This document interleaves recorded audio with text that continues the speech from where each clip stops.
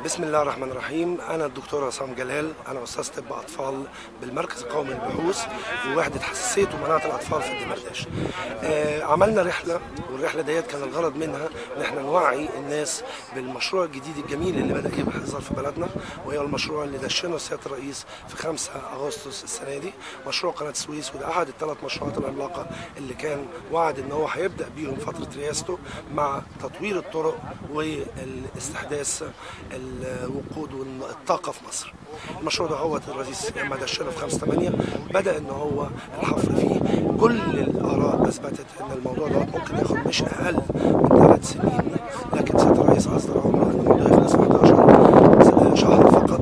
وبالتالي نقدر نقول ان المشروع الجميل اللي قدامنا دوت العملاق اللي ممكن يخلص في 11 شهر ده هيبقى حاجة من الإنجازات اللي هتتحلف تتثبت للمصريين. المصريين اللي اثبتوا انهم احسن ناس في العالم هيثبتوا دلوقتي انهم يقدروا ينجزوا مشروع عملاق زي دوت في 11 شهر ما يقدروش بيه للارقام القياسيه.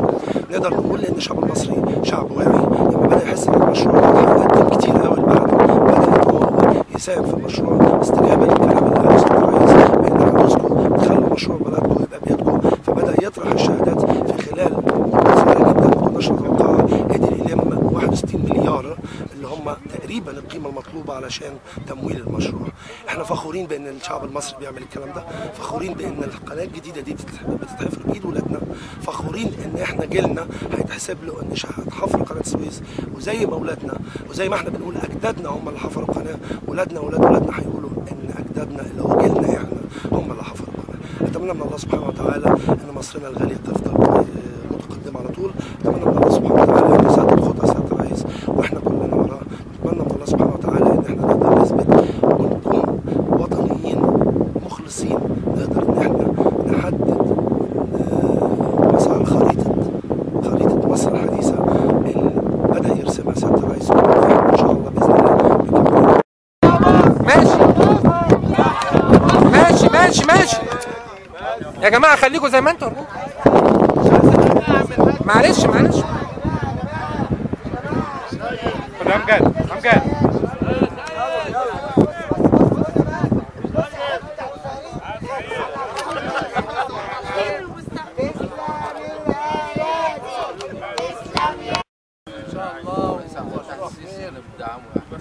الشعب ان شاء الله يوفق البلد ديت للبلد